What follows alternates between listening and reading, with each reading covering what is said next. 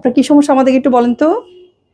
15 বছর ধরে আপনার মেস্তা, মানে মুখের ওই যে দুই গালের এখানে কালো হয়ে গেছে। আচ্ছা আচ্ছা, এটা কি ধীরে ধীরে হয়েছে নাকি হঠাৎ? আচ্ছা, আপনি কি বেশি রোদে কাজ করেন? বেশি একটা রোদে কাজ করেন না, চুলায় চুলায় রান্না বান্না হয়? কি প্রেগনেন্ট যখন হয়েছিলেন তখন আসছিল?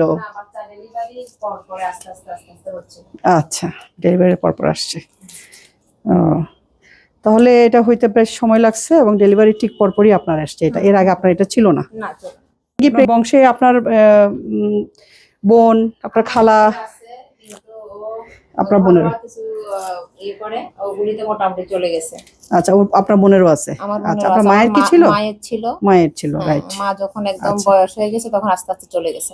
আচ্ছা, তাহলে আমাদের পেশেন্ট মেলাজমা নিয়ে কথা বলছে, মানে আমরা বাংলায় বলি মেস্তা। মেস্তা নিয়ে কথা বলছে। মেস্তার কারণগুলো কি আমি ওনাকে জিজ্ঞেস করে ফেলেছি, কারণগুলো কি কি। একটা হচ্ছে অতিরিক্ত রোদের মধ্যে কাজ করা, তারপর বেশি লম্বা সময় ধরে কাজ করা, ফিল্ডে বেশি থাকা আর কি, ফিল্ড ওয়ার্ক করে যারা, বা সানের মধ্যে রোদের মধ্যে বেশি কাজ করে, এটা একটা কারণ। ফ্যামিলিয়াল, বংশগত, মায়ের আছে, বোনের আছে, হ্যাঁ, বংশগতভাবে আসতে পারে। হরমোনাল, হ্যাঁ, হরমোনাল কারণে হইতে পারে। তারপর যারা জন্ম নিয়ন্ত্রণ বড়ি খায় তাদের হইতে পারে। তারপর হচ্ছে যারা বিভিন্ন ধরনের বাজারজাত কসমেটিক্সগুলো ব্যবহার করে সেখান থেকেও কিন্তু এটা হতে পারে। তাহলে এই কয়টা কারণ আমরা পেশেন্টকে কিন্তু জিজ্ঞেস করলাম ওনার কি, তাহলে ওনার ফ্যামিলিয়াল, ওনার মায়ের ছিল, বোনের আছে এবং ওনার আছে। এবং এটা প্রেগনেন্সির সময় দেখা যায় বেশি, মেয়েরা যখন প্রেগনেন্ট হয় তখন এটা প্রকাশ পায় প্রথম। এই পেশেন্টের এই রোগের চিকিৎসা কি? প্রথম হচ্ছে সান প্রোটেকশন, স্ট্রিক্ট সান প্রোটেকশন বলি আমরা, মানে সানস্ক্রিন ব্যবহার করতে হবে। এবং সানস্ক্রিনগুলো আপনারা ওই যে কসমেটিক্সের দোকানে যে সানস্ক্রিন সেগুলো না, আমরা মেডিকেটেড সানস্ক্রিন লাগবে, যেটাতে SPF মানে সান প্রোটেক্টিং ফ্যাক্টর আছে, এটা দেখেই নিতে হবে। এবং ত্বকের ধরন বুঝে সানস্ক্রিনটা কিনতে হবে। সকালবেলা আমাদের বের হলে আমাদের সানস্ক্রিন লাগাতে হবে, এটা একটা।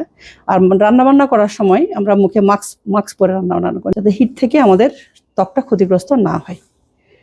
আচ্ছা, তারপরে হচ্ছে আমরা কিছু দাগ উঠার কিছু ওষুধ দেই, যেমন হাইড্রোকুইনন দেই, তারপর সাথে রেটিনয়েক অ্যাসিড, হ্যাঁ, এগুলো দেই আমরা, glycolic acid, kojic acid, niacinamide, salicylic acid, এই সবগুলো এই রোগের চিকিৎসা। কিন্তু এগুলোতে কিন্তু খুব বেশি একটা যাবে না, যেই মেস্তাগুলো খুব ডিপার লেয়ারে থাকে। মেস্তা দুই ধরনের, এপিডার্মাল এবং ডার্মাল। যেগুলো এপিডার্মাল সেগুলো হয়তো যাবে, কিন্তু যেগুলো ডার্মাল সেগুলো কিন্তু আপনার এই ক্রিম লাগিয়ে যায় না। সেগুলোর জন্য আমরা এখন পিলিং করি আমরা এই সময়। পিলিং কি? এটা হচ্ছে রাসায়নিক খোসা ছাড়ানো, মানে স্কিনটাকে আর্টিফিশিয়ালি এক্সফোলিয়েট করা। আমরা বিভিন্ন ধরনের পিল ব্যবহার করে থাকি, সুপারফিশিয়াল পিল, মিডিয়াম পিল, ডিপ পিল। তো এটা মেলাজমার ধরন বুঝে, মেলাজমা যদি সুপারফিশিয়াল হয়, মানে এপিডার্মাল হয়, তাহলে সুপারফিশিয়াল পিল ব্যবহার করি। আর যদি এপিডার্মাল ডার্মাল মাঝামাঝি হয় তাহলে মিডিয়াম ডিপ পিল, আর যদি খুব ডিপে হয় তাহলে ডিপ পিল ব্যবহার করি। তো আমাদের দেশে বেশিরভাগ দেখা যায় সুপারফিশিয়াল পিলটাই বেশি ব্যবহার হয়। তো ওনার কিন্তু ডিপার, সেজন্য আমরা মিডিয়াম ডিপ পিল আজকে ব্যবহার করব, এবং এটা প্রতি 15 দিন পর পর করব আমরা।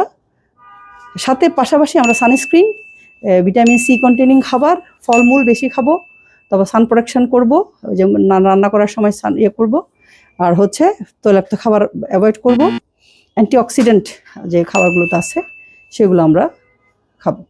আর সাধারণত দেখা যায় সুপারফিশিয়াল পিল মেলাজমা, যে এপিডার্মাল মেলাজমা, ওগুলোতে 8-10টা সেশন দিলে হয়ে যায়, মানে সে মোটামুটি রিমুভ হয়। এরপর কিছু মেনটেনেন্স ক্রিম সিরাম লাগাতে হয়। আর যেগুলো একটু মিডিয়াম ডিপ, যেগুলো আছে মেস্তার মানে ডার্মাল, সেগুলো একটু সময় লাগে। তো দেখা যাক, আমরা হয়তো ওনাকে 8-10টা সেশনের মধ্যে ক্লোজ করতে পারবো এবং উনি স্যাটিসফাইড হবে ইনশাল্লাহ। পরবর্তীতে আমরা আবার জানাবো এটা আপডেট। আসসালামু আলাইকুম।